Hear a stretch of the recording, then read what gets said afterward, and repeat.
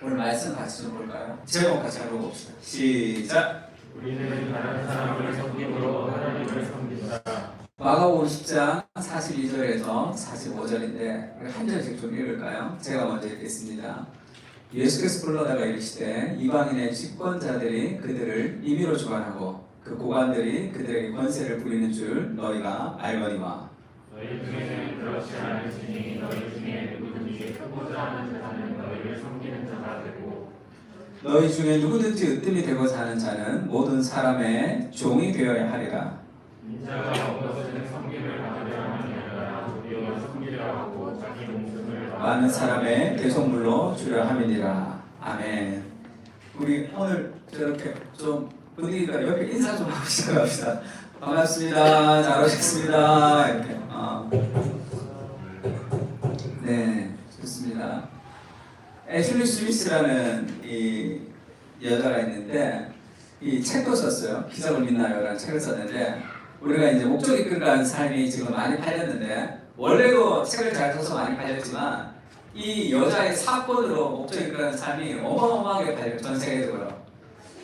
이 사람이 누구냐면 비행소녀였어요. 비행소녀고 그렇게 이제 살다가 그 남편과 이혼을 하고 자기 딸을 키우고 있는 미혼모였습니다. 알코올 중독까지 그렇게 이제 살다가 좀 내가 이렇게 살아서는 안 되겠다 해서 아이를 이제 내가 돈도 있고 그 다음에 어느 정도 직업이 있어야지 아이를 데리고 올 수 있죠. 그래서 아이와 같이 살고 싶어서 좀 종업원 하면서 일을 좀 하다가 교회를 다니기 시작했는데 세르백 교회를 다니기 시작했어요. 세르백 교회를 다니니까 목적이 이끄는 삶을 가지고 사실 캠페인을 해서 매일 그 책을 읽으면서 신앙생활을 하고 있을 때 그때 이 뉴스에서 이 탈옥수 한 명이 이 사형수가 그 사람을 죽이고 이 탈옥을 했어요. 그런 일들이 있었습니다. 근데 이 사람이 어디 그 마트에 그 트럭 뒤에 이렇게 숨어 있다가 애슐리 스미스 집까지 온 거예요. 그래서 이 탈옥수가 이 애슐리 스미스 집에 이제 들어닥쳐서 묶었죠. 애슐리 스미스를 묶고 그 다음에 이제 그 상황에서 이 사람이 대화를 시작했어요. 대화를 시작했어요. 이런저런 얘기하고 저런 얘기하고 하다가 이 사람이랑 여러 가지 얘기, 탈옥수랑 집안에서 묶인 상태에서 여러 가지 얘기를 막 하다가 애슐리 스미스가 나는 지금 40 캠페인 하는데 매일 책을 읽어야 된다 얘기하는 거예요. 그래서 이 탈옥수도 그럼 내가 읽어줄게 된 거예요. 그거를.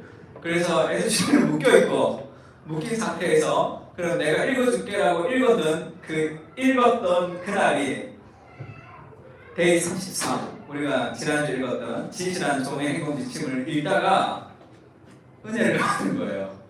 애슐리 스미스가 당신은 자주해라. 하나님이 당신을 향한 인생의 계획이 있다. 당신이 지금 여러 가지 범죄를 했지만 들어가서 감옥에서 당신이 해야 될 일도 있을 수도 있다.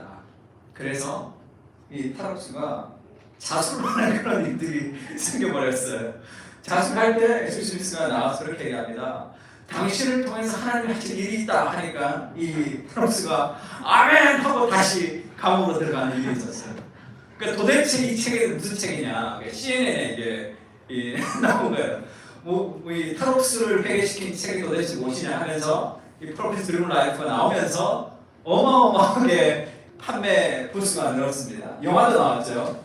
캡티브라는 이 영화가 이거를 모티브로 한 영화예요. 이 영화 보면 그냥 그대로 나옵니다. 애슐리 스미스는 좀 얼굴이 좀 닮지 않았지만 탈옥수는 좀 비슷해요. 그렇게 나온 이 영화도 있습니다. 그러면 이 탈옥수가 읽었던 그날 데이 33 제목이 이렇게 된 거예요. 같이 한번 읽을까요? 시작. 우리는 다른 사람을 섬김으로 하나님을 섬긴다. We serve God by serving others. 우리는 다른 사람을 섬김으로 하나님을 섬긴다. 정말 멋있는 문장이죠. 이것을 리고레 미니스트리 지금 사역이라고 이렇게 붙였습니다. 우리의 존재의 목적 중에 하나가 우리는 다른 사람을 섬김으로 하나님을 섬긴다. 이 테마를 우리 인생의 어떤 비전으로 전해주고 있는 거죠. 오늘도 예수님께서 제자들을 불러다가 말합니다. 왜냐하면 그 그 야고보와 요한이 그 어머니를 대동해서 예수님에게 부탁하죠. 세상의 방식으로. 예수님, 우리 아들이 예수님을 좀 가까이 지냈는데 예수님이 이제 메시아로 왕이 될 텐데 한 자리 주십시오 이렇게 얘기했어. 하나는 장관, 하나는 국무총리 자리를 좀 주십시오. 이렇게 엄마가 로비를 한 거예요. 그랬더니 제자들이 부글부글 하는 거죠.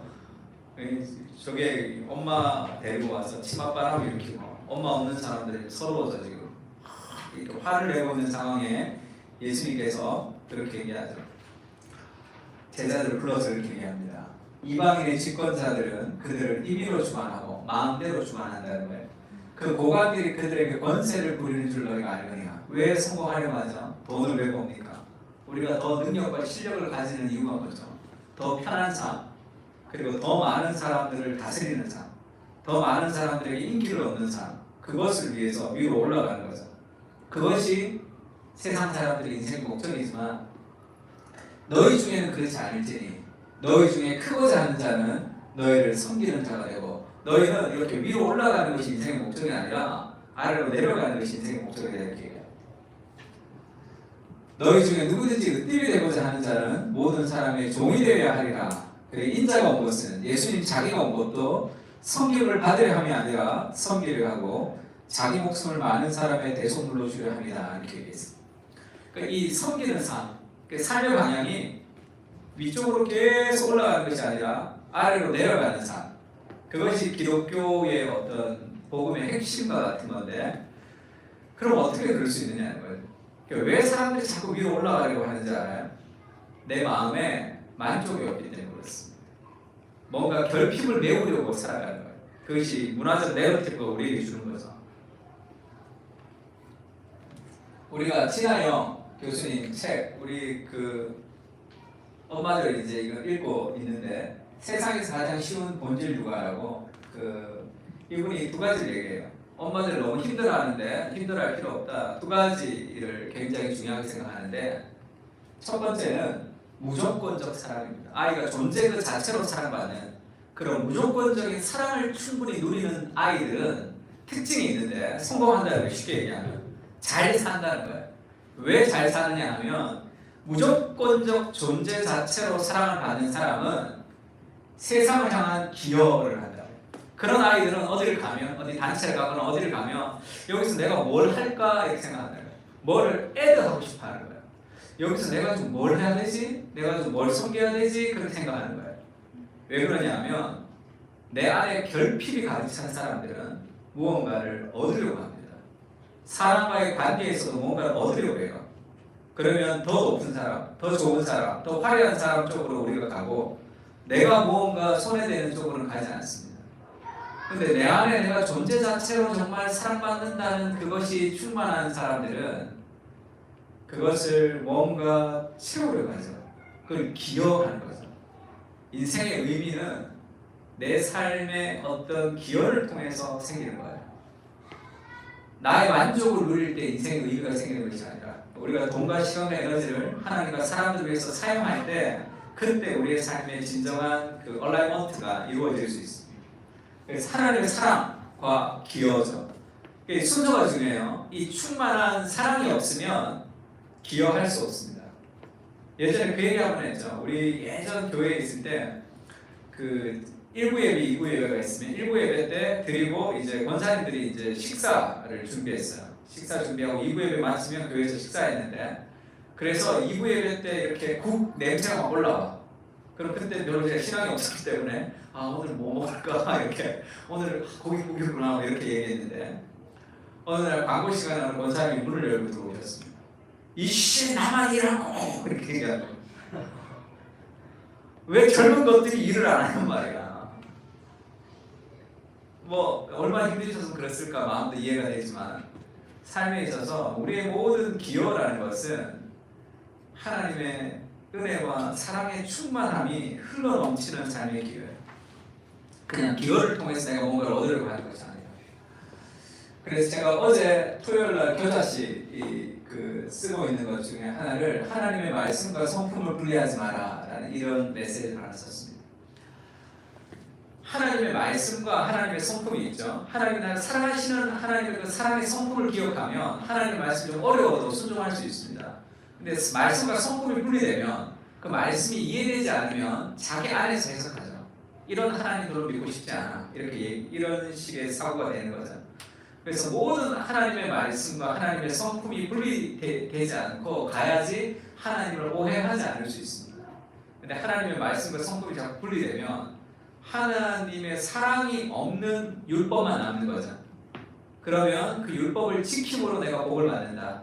율법이 너무 힘들어서 난 지키지 않는다. 율법주의와 반율법주의, 그렇게 두 가지 이유로 나가게 돼요. 그래서 나는 신앙도 필요 없어 이렇게 나가든지, 아니면 열심히 신앙생활 하면서 뭔가 봉사하면서 무언가를 더 얻으려고 하는 거죠. 그래서 교회에서 열심히 봉사하지만 그것을 통해서 무언가를 얻으려고 하는 사람들은 삶이 늘 힘듭니다. 열심히 봉사하지만 사람들이 인정이 없으면 무너질 때가 있는 거죠. 그런 삶이 아니라 순서가 중요한데 하나님의 은혜가 우리의 삶을 이끌어가야 되는 거죠. 누가복음 15장에 보면 그 탕자의 비유에서 첫째 아들이 동생이 탕자가 돌아왔는데 기뻐하지 않아요. 아버지는 기뻐하는데 그가 잔치를 베푼 것이 마음에 들지 않습니다. 그래서 분노하죠. 그래서 들어가고자 하지 않습니다. 아버지가 나와서 권하죠. 얘야 왜 안 들어가느냐. 그러니까 내가 여러 해 아버지를 섬겨 명을 어김이 없거늘 내게는 왜 이런 것도 하나 주지 않았습니까?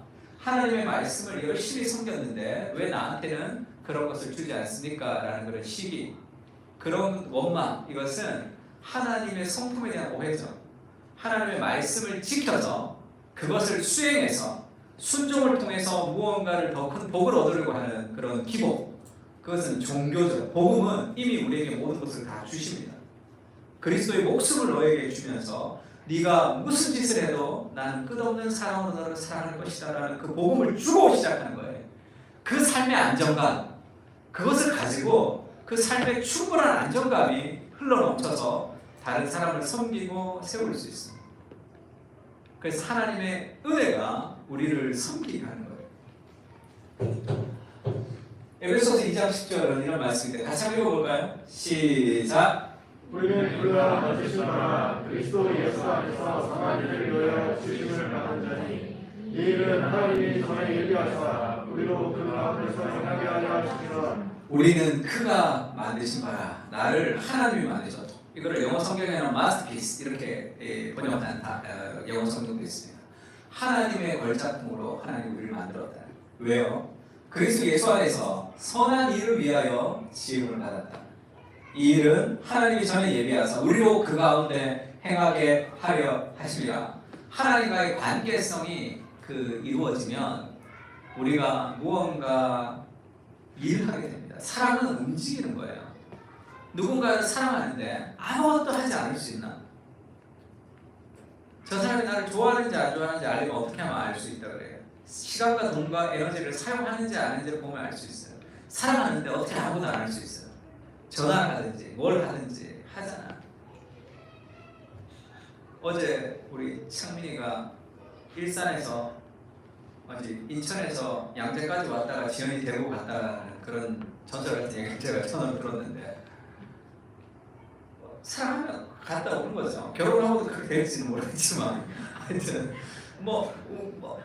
시간과 돈과 에너지를 사용하는 거잖아요. 그게 움직여가는 거죠. 사랑하면 하나님의 사랑이 충만하면 그것은 반드시 흘러가게 되어 있습니다. 그래서 사랑이 먼저예요.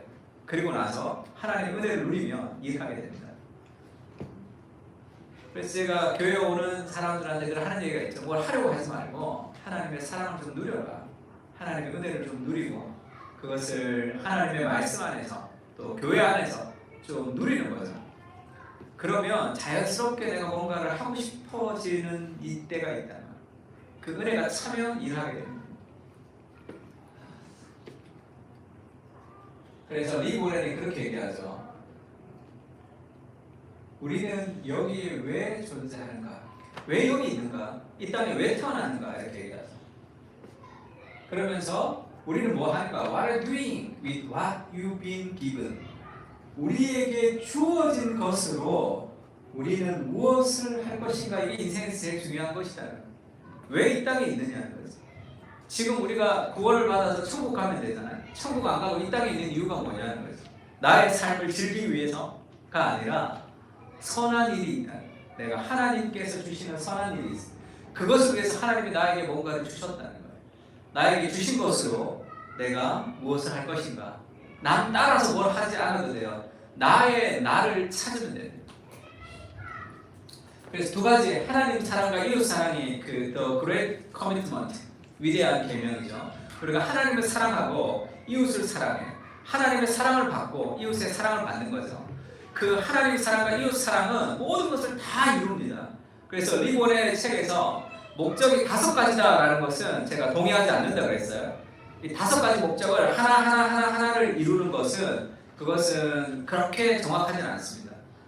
한 가지 목적이에요. 하나님의 사랑과 이웃 사랑이에요. 그러면 그 사랑이 하나님 사랑이죠. 하나님 사랑과 이웃 사랑하게 되니까 삼위일체의 그런 관계성과 삼위일체의 하모니를 우리가 누리면 자연스럽게 이 5가지가 삶에서 이루어지는 거예요. 그래서 5가지 목적을 그렇게 얘기하죠. 예배, 하나님을 사랑하면 하나님을 예배하게 되어 있습니다. 교제, 사람을 사랑하는 거죠. 하나님을 사랑했던 사람들의 모임, 서로 교제하는 거죠. 그리고 하나님을 사랑하면 예수님을 닮고 싶어요. 내가 이렇게 살고 싶지는 않습니다. 그러면 성숙하는 거죠. 훈련하는 거죠. 그러고 나면 사람들을 위해서 우리가 미니스트리 사역하는 거죠. 사람들을 섬기고 싶다는 말이에요. 그리고 나서 우리 복음을 전하는 거죠. 그러니까 하나님을 사랑하면 이것이 다 이루어지는 거예요. 삶에 있어서. 리본이 워낙 워드플레이를 좋아해서 이걸 5M이라고 했어요. M으로 다 맞췄어. 예배, 교제, 성숙, 사역, 미션, 이 5가지 목적을 이루는데 이 5가지 목적도 어떻게 하면 이루는 5가지를 내가 이제 리스트를 만들어서 하나하나를 이루어야지 그렇게 생각하는 게 아니라 하나님의 사랑을 누리고 하나님을 사랑하면 자연스럽게 이 5가지가 삶에서 이루어지는 거예요. 내 삶의 열매를 맺는 어느 날. 베드로전서에는 우리를 그렇게 얘기하죠. 너희는 택하신 족속이요 왕같은 제사장들이다. 거룩한 나라다. 그의 소유된 백성이니 너희를 어두운 데서 불러내어 그의 기이한 빛에 들어가게 하시니에 아름다운 덕을 선포하게 하려 하십니다. 어둠 속에 있었던 우리를 건지셔서 우리를 택하셔서 왕같은 제사장이고 거룩한 나라 하나님의 소유된 백성으로 만들어서 그것을 세상에 증거하겠다는 거예요. 너희가 전에는 백성이 아니더니 이제는 백성이요 전에는 긍휼을 얻지 못하였더니 이제는 긍휼을 얻는 자니라. 이 베드로전서 말씀을 보면 뭐가 생각나? 어디가 생각나요? 아무 생각이 없으니까 뭐가 생각나야 되는데 출애굽기가 막 생각나죠.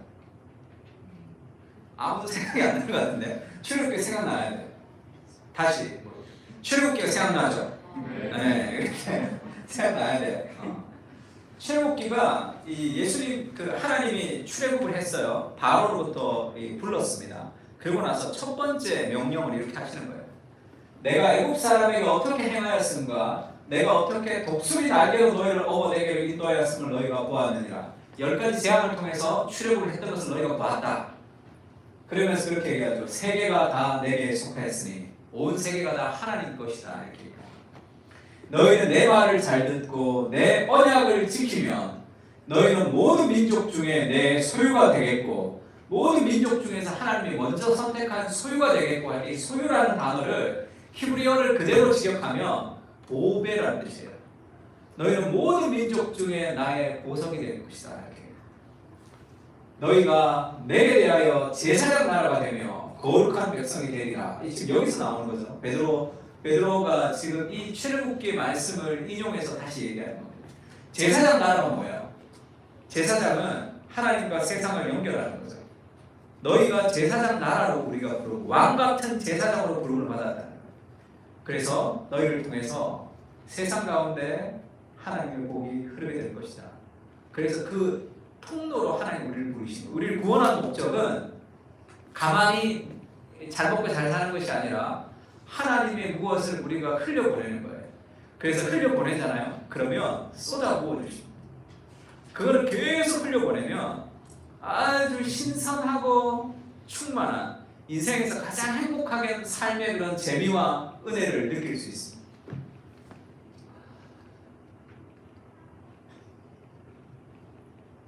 리고렌이 그런 얘기를 하죠. 예수님은 영적으로 성숙한다는 것이 성숙을 위한 성숙이 되어서는 안 된다고 가르치셨다. 이렇게.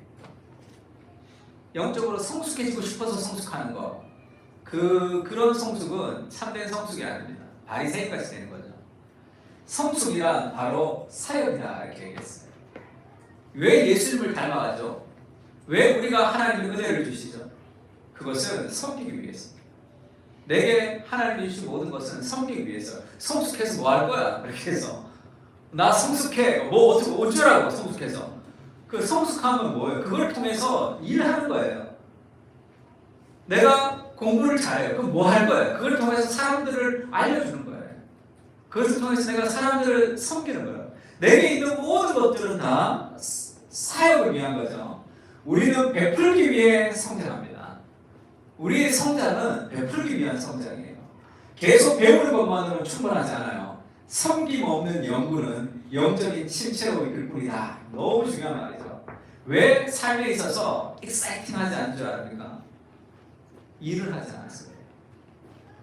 매일 예배만 드리고 뭔가 먹기만 먹고 뚱뚱해져서 움직이지를 못하니까 이게 너무 힘든 거야. 동맥경화 생기고 자고 일어나면 뭐 누우면 일어나지 못하고 양말 신을 때 뭐 넘어지고 뭐 그런 일이 일어나는 거예요.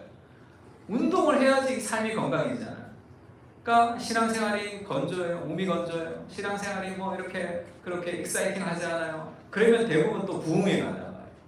가서 또 엄청나게 은혜를 받고 감정적으로 좀 뭔가 좋아지는 것 같은데 또 삶이 이런 사이클을 타는 거죠. 은혜를 받았으면 그것은 반드시 일하는 데 사용해요. 그래야 삶의 근육이 생깁니다. 성김 없는 연구는 영적인 침체를 이끌 뿐이다. 워낙 이 워드풀이를 잘하니까 impression without expression cause dispression이래. impression, expression이 없는 impression. 뭔가 밖으로 꺼내지 않는 이 계속 내가 안으로만 받으면 그럼 디프레션, 이 침체에 빠진다는 거예요. 당연하겠죠. 인풋이 있으면 아웃풋이 있어야 돼요. 그래야지 더 신선한 인풋이 들어오는 거예요. 아웃풋이 없이 인풋만 있으면 삶이 썩어요. 그래서 신앙생활을 오래 하고 삶에서 무언가 자기중심적인 사람 을 만났을 때 느껴지는 그런 냄새가 있죠. 말하고 그와 대화하면 아주 더러운 냄새가 나요. 세속성의 냄새가.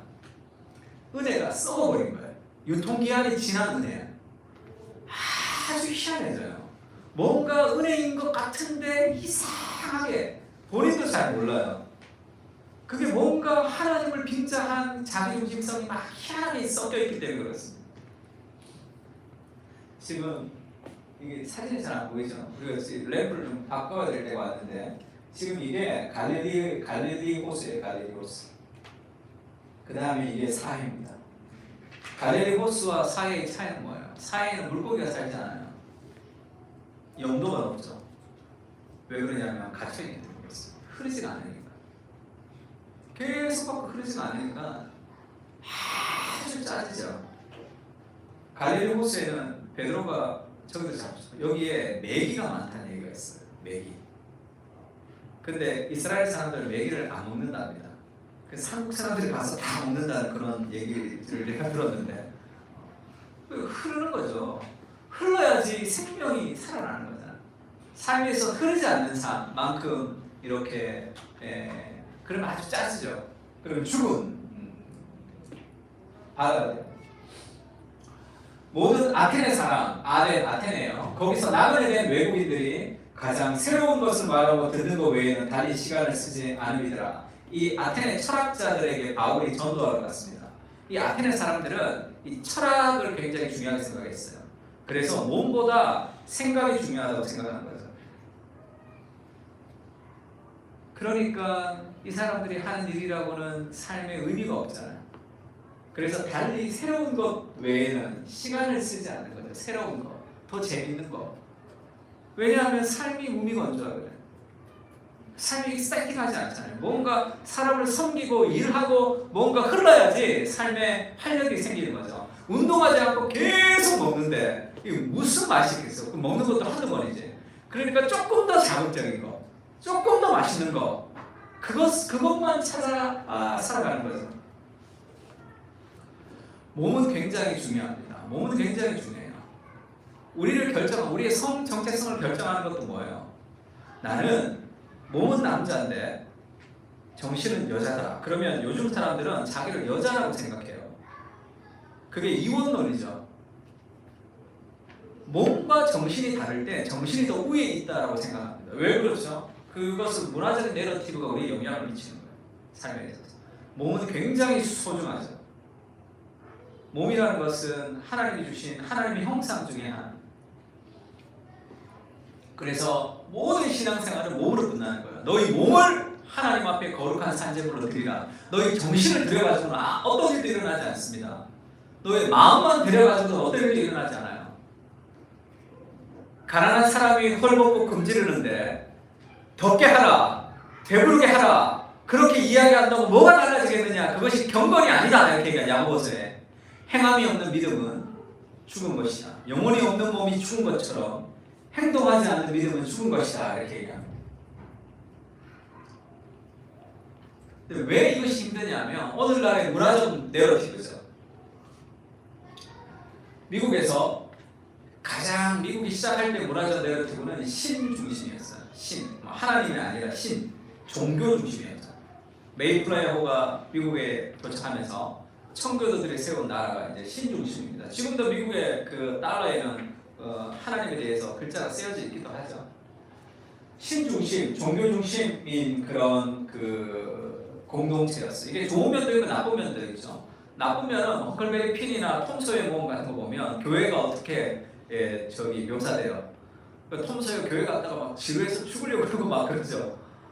그렇게 막 아주 지루한 어떤 그런 청교도 하는 굉장히 지루한 그런 걸로 이렇게 묘사가 됩니다. 그 다음이 국가 중심이었죠. 옛날 영화 로키, 람보, 아나 모르겠지만 그런 세대는 아메리칸 드림, 미국이라는 것을 굉장히 강조합니다. 그래서 그 로키 4 보면 제가 초등학교 6학년 때인가 중학교 1학년 로키 4가 나왔는데 거기에 그때는 소련 권투 선수가 이렇게 권투해요. 그러면서 마지막에 이렇게 미국 국기가 쫙 나오면서 사람들이 박수치는 어떤 그런 이제 국가 중심, 아메리칸 드림 그것을 굉장히 중요하게 생각했습니다. 요즘에 국가가 별로 중요하지 않죠. 국가가 중요하지 않습니다. 요즘에는 자기 중심이다. 그래서 나에게 뭐가 좋지? 나에게 뭐가 유리하지? 나는 어떻게 살아야 되지? 나는 뭐 잘하지? 그렇게 생각하는 거죠. 다 그렇게 생각하는데 왜 그렇게 다 불행할까요? 그것을 그래서 불행한 거예요. 삶의 참된 의미는 나의 만족을 채울 때 오는 게 아니라 내가 스스로 내 만족을 채울 때 오는 것이 아니라 내가 이미 하나님의 완전한 사랑을 받는 사람이라는 것을 아는 데 있습니다. 그리스도의 십자가의 목숨을 버리면서 우리를 사랑한단 말이에요. 그 끝없는 사랑이 있는 거죠. 네가 어디에 있든지 무슨 일을 하든지 끝없는 사랑으로 너를 사랑하는 것이다. 그 사랑이 있는 거죠. 하나님, 제가 죄를 많이 졌는데요.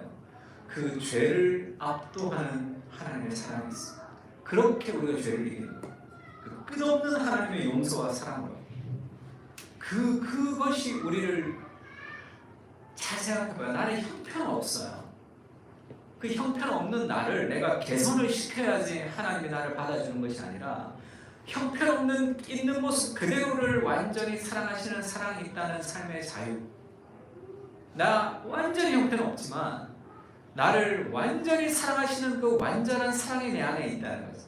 그것을 기억하고 그것을 묵상하고 그것을 회복할 때 우리의 삶은 나는 형편없지만 나는 모든 것을 할 수 있다는 그런 거룩한 정체성이 생기는 거죠. 왜냐하면 내 능력은 없지만 하나님이 나를 통해서 일하십니다. 하나님의 사랑이 나를 사랑받는 존재가 되게 하는 거죠. 그래서 불안한 현대사회의 찰스 테일러가 그렇게 얘기했죠. 개인주의는 많은 사람들이 근대 문명의 최고 업적이라고 말하지만 그 개인주의, 개인의 만족을 추구할 때 삶은 단조로워지고 협소해집니다. 의미를 잃어버려요. 인생에 의미가 없단 말이에요. 개인의 만족을 위해서 살아가면 인생에 의미가 없죠. 삼위일체 하나님이 셀프 기빙으로 서로가 서로를 채워주는 그 사랑을 우리에게 느끼게 해주려고 사람을 만드셨고 가정을 만드셨단 말이에요. 그러면 그 사랑이 흘러야지 하나님의 그 참된 사랑의 기쁨을 아는 거죠. 인생의 의미라는 것은 자기를 위해서 살아갈 때 생기는 것이 아니라는 거죠. 타인의 삶이나 사회에 점점 무관심해지죠. 비정상적이고 개탄할 정도로 자기에만 몰두하는 일이 문화의 고유한 형태로 나타나는 것이다. 자기에게만 몰두하는 것이 문화의 고유한 형태로 나타나서 오늘날의 문화는 삶이 협소해집니다.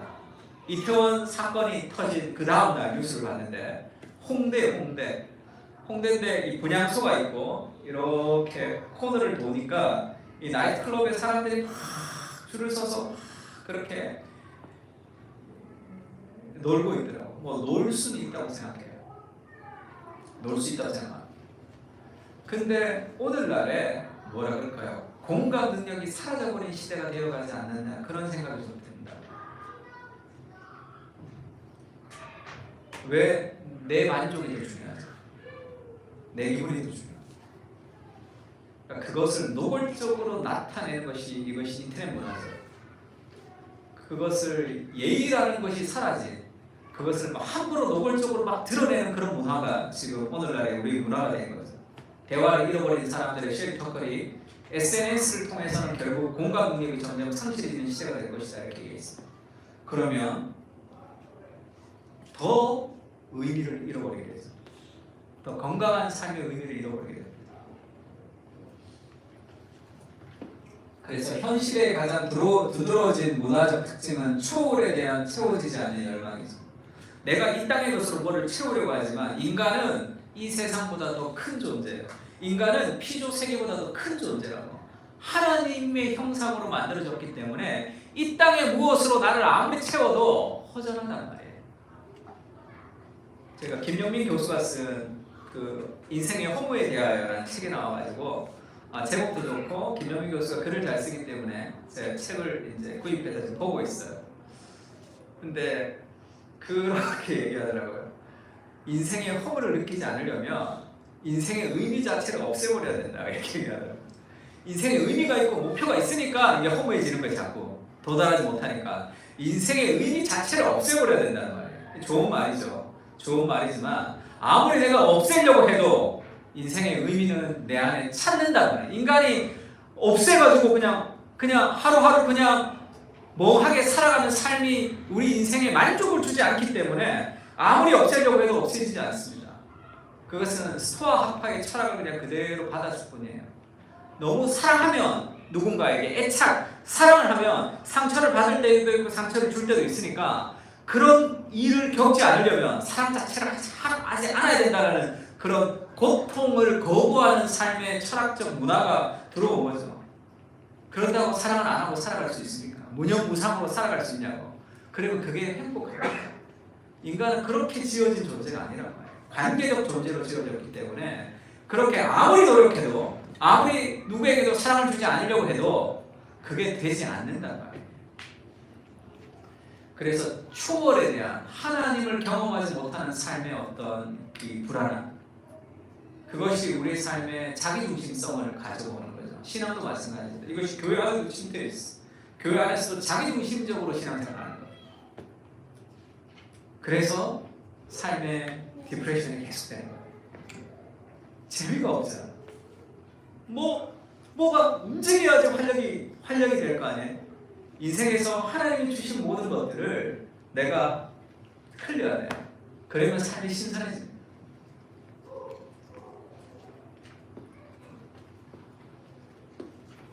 창세기 12장 3절을 같이 읽어볼까요? 시작.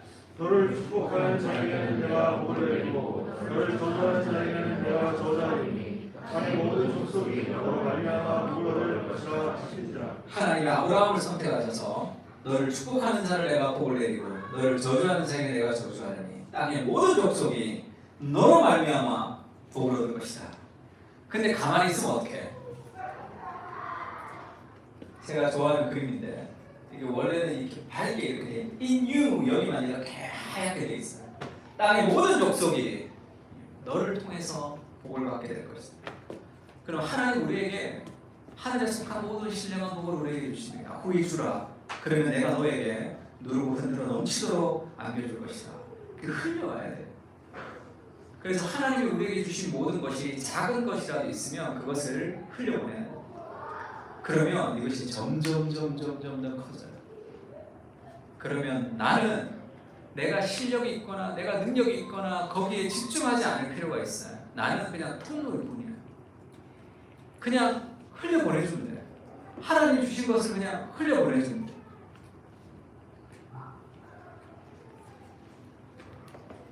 모든 선한 일에 너희를 온전하게 하사 자기 뜻을 행하게 하시고 그 앞에 즐거운 것을 예수 그리스도 말미암아 우리 가운데 이루시기를 원하노라. 그럼 어떻게 섬길 수 있습니까? 목사님, 이걸 좀 믿어야 돼요. 내가 무언가를 한다고 생각하기 때문에 잘 섬기지 못해요. 내가 가진 게 없거든. 내가 뭐가 없거든. 하나님이 나를 통해 일하시는 것을 믿으셔야 돼요. 내가 어떤 능력이 있고 내가 뭘 가졌고 그렇게 중요하지 않아요. 하나님이 나를 통로로 사용하시는 게 중요한 거예요. 삼손이 나귀 턱뼈로 1000명을 쳐 죽이잖아요. 나귀 턱뼈가 대단하지 않잖아. 누구 손에 사용됐는가? 내가 하나님의 손에 사용되면 나귀 턱뼈로도 하나님의 역사를 이룰 수 있습니다. 그러니까 내가 이렇게 나귀 턱뼈인지 사슴 턱뼈인지 그게 뭐가 중요해? 그냥 하나님이 우리를 통해 일하시는 것이 중요하다. 거기에 나를 드리면 돼요. 내 실력, 내 능력, 그것이 다 문화적인 내러티브죠. 더 실력이 있어야지, 더 뭐가 있어야지 할 수 있다고 생각하지만 지금 당장 내게 있는 하나님 주신 많은 것들을 흘려보내면서 시작하면 됩니다. 그러면 더 많은 것을 누리고 보이게 된다. 그래서 쉐입이라고 얘기했죠. 리고렌이 쉐입, 이게 원래는 세상을 섬기기 위해서 당신에게 주신 것을 발견하라. 쉐입이 모양이죠. 우리가 읽었을 때는 이렇게 SHAPE 이렇게 리고렌이 말을 맞췄습니다. S가 뭐냐? Spiritual gift, 영적인 은사가 있다는 거예요. 영적인 태어날 때 우리가 어떤 재능을 가지고 있죠. 영적으로 구원받을 때 하나님 우리에게 주시는 은사가 있습니다. 영적으로 목사님 저는 없는데요. 다 있어요. 왜 없냐면 안 해봐서 그래요. 다 해보면 돼요. 뭘 해보면 돼요. 그러니까 이 세상이 주는 메시지가 뭐냐면 평균을 맞춰요. 평균 이상 뭐야 돼. 누군가 그것은 평균의 종말이라는 책을 한번 권유합니다. 평균을 맞추는 것은 세상이 우리를 맞추는 거예요. 평균이라는 게 어디 있어? 각자 다르게 살았는데 각자 다른 삶을 살고 있는 거잖아요.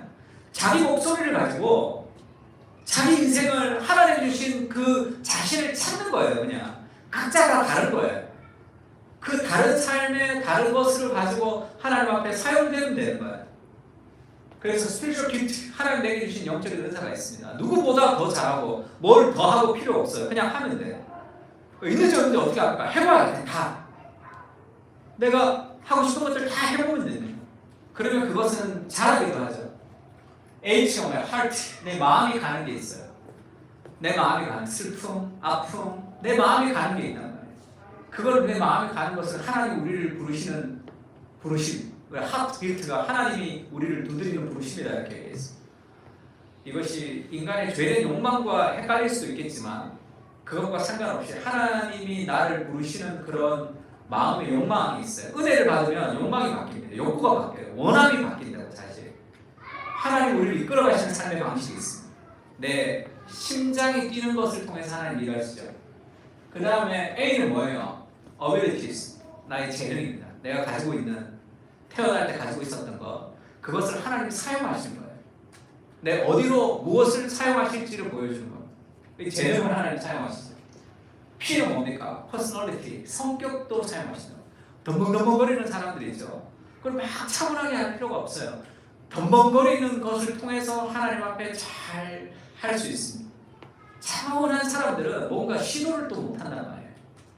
이거 해볼까 하면 뛰어드는 사람이죠. 베드로같이. 하면 그냥 뛰어들어 버리잖아. 주님, 나로 무리를 걷게 하십시오. 뛰어들어 막 빠지고 막 그러죠. 그런 사람도 있고 막 이 생각 저 생각하면서 잘 못하는 사람도 있고 다 하나님의 그 성격을 따라 쓰신단 말이에요.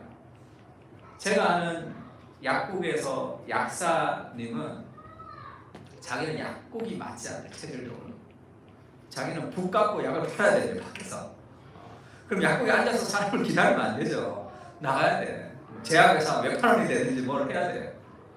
그렇게 훌륭한 목수는 나무를 결대로 자릅니다. 하나님이 나를 만드셨어요. 근데 하나님이 나를 만드신 것과 다른 방식으로 하나님이 나를 막 몰아가지 않는다고. 그것은 훈련의 과정일 뿐입니다.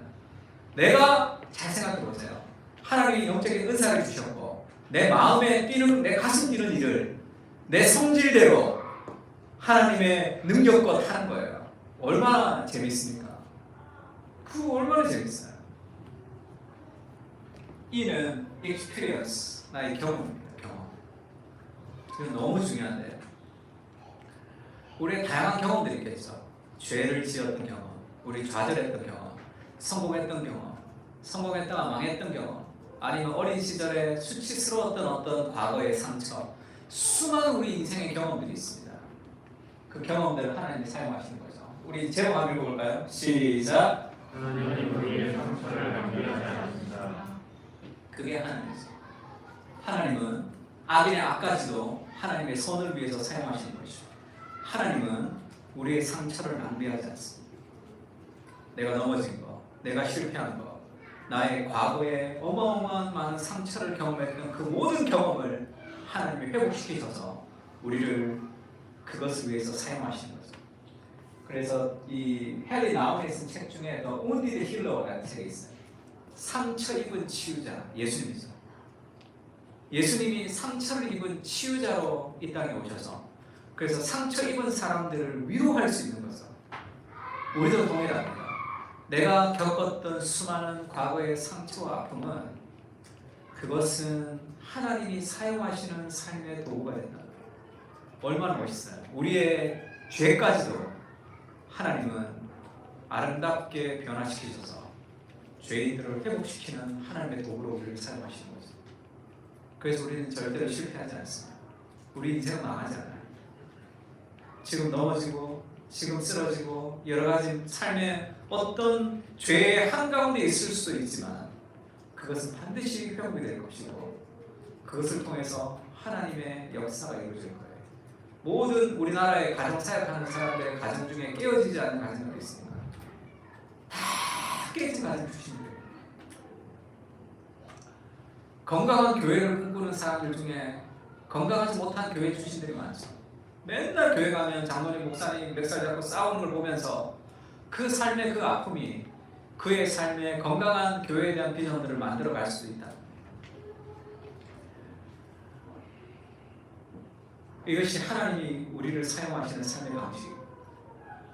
모든 것을 하나님이 다 들어서 가장 아름다운 영광스러운 자리에 인도하신다는 것을 신뢰할 필요가 있는 거죠.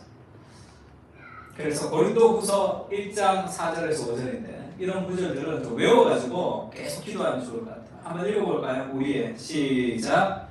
우리의 모든 환난 중에서 우리를 위로하사 우리로 하여금 하나님께 받는 위로로서 모든 환난 중에 있는 자를 위로하게 하시는 것이다. 그리스도의 고난이 우리에게 넘친 것 같이 우리도 받은 위로로 그리스도로 말미암아 넘치는도다. 우리의 모든 환난 중에서 우리를 위로하십니다. 그래서 우리로 하여금 하나님께 받은 그 위로로서 모든 환난 중에 있는 자들을 능히 위로하게 하시는 이시구나.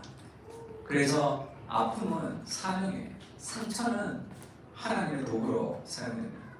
내 인생의 모든 것을 하나님이 아름답게 사용하신다는 것을 신뢰하면서 우리는 사람들을 향해서 내 삶의 모든 것을 우리의 돈과 시간과 에너지를 사용하는 거예요. 사용해 보세요. 어떻게 되는 거예요? 야, 내가 실패했던 것들이 실패한 사람들의 삶의 위로가 되는구나 라는 걸 경험할 수 있습니다. 야, 내가 이렇게 능력이 없는 것이 능력이 없는 사람들에게 삶의 소망을 줄 수 있구나. 그렇게 되는 거죠. 저도 고등학교 3학년 때까지 책 한 번도 못 읽었다고 얘기했죠. 약간 정서가 불안했어요. 40일 우리가 이번에 끝냈는데 오늘 꾸준히 뭘 해본 적이 없습니다. 대학 갈 성적도 안 되고 그러니까 늘 나는 내 인생을 그냥 삼류 인생으로 그냥 그렇게 살아야 되나 보다라고 생각했던 거죠. 복음을 만나면 내가 얼마나 가치 있는 존재였다는지를 깨닫게 됩니다. 내 능력을 깨닫는 것이 아니라 하나님이 나를 사랑하시는 사랑을 깨닫는 거예요.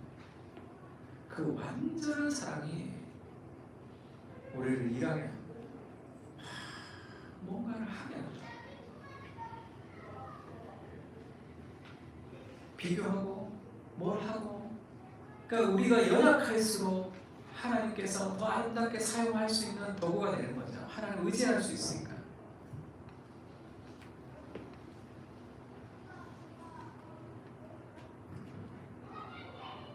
우리가 이 보배를 질그릇에 가졌으니 이는 심히 큰 능력은 하나님께 있고 우리에게 있지 아니함을 알게 하려 함이라. 이 보배는 하나님이죠. 예수님입니다. 질그릇은 나예요. 그래서 질그릇 안에 보배가 있는 거죠.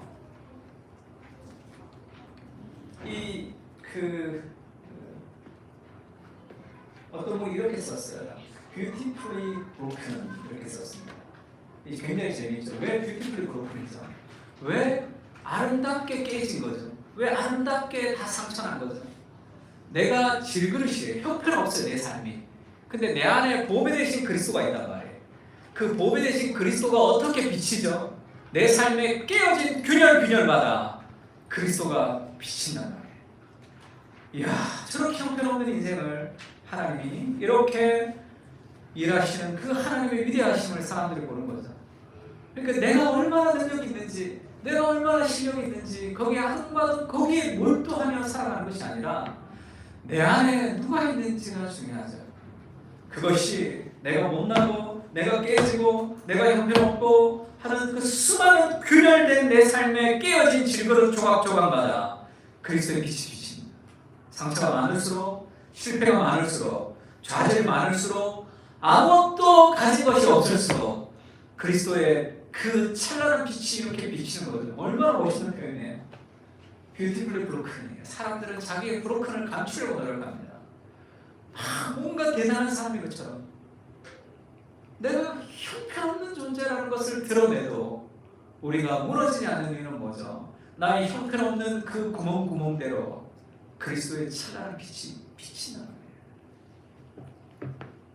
얼마나 이 위대하신 하나님이 얼마나 멋있습니까? 그리스도가 우리를 위해서 행하신 일이 얼마나 멋있어요. 그런 가사가 있죠. Let the weak say I am strong. 이 약한 자들이 I am strong, 나는 강하다 이렇게 얘기해요. Let the poor say I am rich. 나는 가난한데 I am rich, 나는 부자다 이렇게 얘기하죠. But the Lord has done me. 그리스도께서 나를 위해서 행하신 그 일 때문에 나는 약하지만 나는 강하고, 나는 가난하지만 나는 부유하고, 나는 아무것도 없으나 모든 것을 가진 자다. 이렇게 이미 그리스도께서 우리에게 주신 내 안에 그리스도가 있다는 말이에요. 우리의 깨어진 균열균열대로 아름다운 그리스도의 빛이 비친다는 거예요. 그걸 막 감추려고 노력하면 할수록 그리스도가 드러나지 않고 나만 드러난단 말이에요. 나만 드러나 본들 뭐 하겠어요? 이 질그릇이 이쁜지 안 이쁜지 그게 뭐 그렇게 삶에 영향이 있습니까? 너무 멋있게 그렸죠. 예수 그리스도의 십자가를 뷰티풀리 브로큰 이죠. 진정한 그리스도의 십자가가 영광을 통해서 하나님이 그 높임을 통해서 영광을 받는 것이 아니라 십자가의 죽음을 통해서 그리스도께서 높아지셨다. 바울은 그렇게 얘기했습니다. 그리스도께서 약하심으로 십자가에 못 박히셨으나 하나님의 능력으로 살아계시니 우리도 그 안에서 약하나 너희에 대하여 하나님의 능력으로 그와 함께 살리라. 얼마나 멋있습니까? 그리스도의 십자가가 능력 있는 누군가가 하늘에 올라가서 능력을 발휘한 게 아니라 하늘의 모든 영광을 버리고 십자가를 지면서 낮아지신 거죠. 그리스도께서 약해지심으로 십자가에 못 박혔지만 하나님의 능력으로 그가 살아났다. 똑같다는 거죠. 우리도 그 안에서 약하지만 하나님의 능력으로 그와 함께 살아나리라. 아까 우리 얘기했던 지나 영이라는 그 잔스 홉킨스 그 수학과 정신과 교수님 계시죠. 그분 강의 들으면 어때요? 좀 이렇게 막 사람이 방방 뜨죠. ADHD 어릴 적부터 지금까지 그래서 그냥 가만히 못 있어요. 그래서 자기가 흥미 없는 일은 하지를 못해. 지금도 그 흥미 있는 일을 그냥 찾아서 준 거죠. 그래서 늘 그랬대요. 학교를 가면 뭘 잊어버리고 오는 것은 다반사. 집에 갈 때도 엄마 학교 갔다 올게요. 나가면 또 들어와야 돼. 가죠. 그 정신이 없는 거예요, 그냥. 근데 그게 자기예요. 하나님 그렇게 만든 거야. ADHD 나는 그게 나야. 그걸 막 다른 사람처럼 맞추려고 하지 않았다는 거죠. 그래서 하나님이 나를 만드신 대로 나 그런 존재니까 그런 사람들은 흥미 있는 거를 잘하니까 흥미 있는 걸 하면서 그냥 그렇게 왔다는 거예요. 지금도 액티비티하게. 그러니까 훨씬 더 강의도 잘 들어오죠. 액티비티하니까 사투리 팍팍 쓰면서 그냥 막 그렇게 얘기하죠. 뭐 어떠냐. 그러니까 집에 이제 계속 잊어버리니까 우산도 놔두고 뭐 가두고 학교도 갔다 오고 집에도 왔다 갔다 하면 그 엄마 아빠가 그렇게 키우셨대요.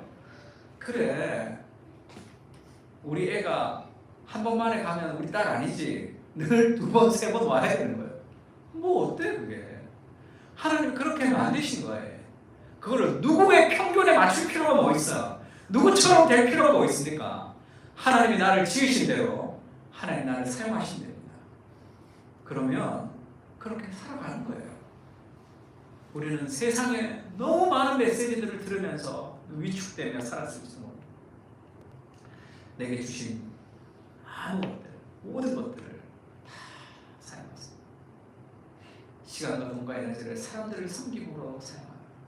그럼 이게 점점 커져. 그래서 하나님의 위대하심을 보여주는 거죠. 야, 너처럼 형편없는 인간이 어떻게 이런 일을 할 수 있냐? 형편없기 때문에 가능한 거죠. 내가 약하기 때문에, 내가 할 수 없기 때문에 하나님을 의지합니다. 그래서 깨어진 내 삶의 상처마다 보배 되신 그리스도의 빛이 내 인생 속에 아름답게 비치는 거예요. 얼마나 멋있어요. 깨어진 것을 회복하고 가야 되는 것도 아니고 그 모습 그대로 우리는 하나님의 도구로 아름답게 사용될 수 있어요. 같이 한번 찬양할까요? 이제는 우주 예수 그리스도의 은혜와 하나님 아버지의 무한하신 사랑과 성령님의 교통하시는 자가 약하며 강한 우리 삶의 수많은 상처들마다 하나님의 찬란한 그리스도의 빛을 비추기를 다짐하고 돌아가며 사랑하는 그 사랑의 교인들 하나님의 백성들 머리 위에 이제부터 영원까지 함께 계실지어다.